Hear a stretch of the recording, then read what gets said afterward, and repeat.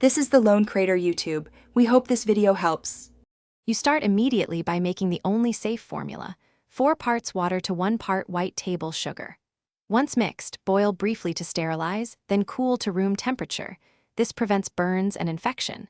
Make sure to use no honey, no red dye, no cow milk; those harm young birds. Prepare a 1 cc syringe or small dropper and sterile cotton for handling.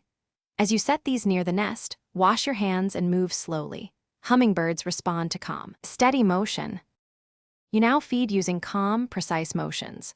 Once you have the cooled solution and syringe, support the baby's head and chest with a soft towel. Never squeeze the abdomen. Position the dropper at the corner of the beak. Many babies open on tapping, so tap gently if needed. Slowly release tiny amounts, roughly 0.02 to 0.05 cc per swallow, then pause. This prevents aspiration and mimics natural feeding pace. Continue until the crop feels softly full. Once feeding is complete, place the baby back in its warm, dry nest and monitor the crop. It should empty between feedings. If you notice regurgitation, labored breathing, or weakness, stop feeding immediately and contact a licensed wildlife rehabilitator. Continued feeding can cause fatal aspiration. Make sure to feed hatchlings every 20 to 30 minutes in daylight and gradually extend intervals as they grow.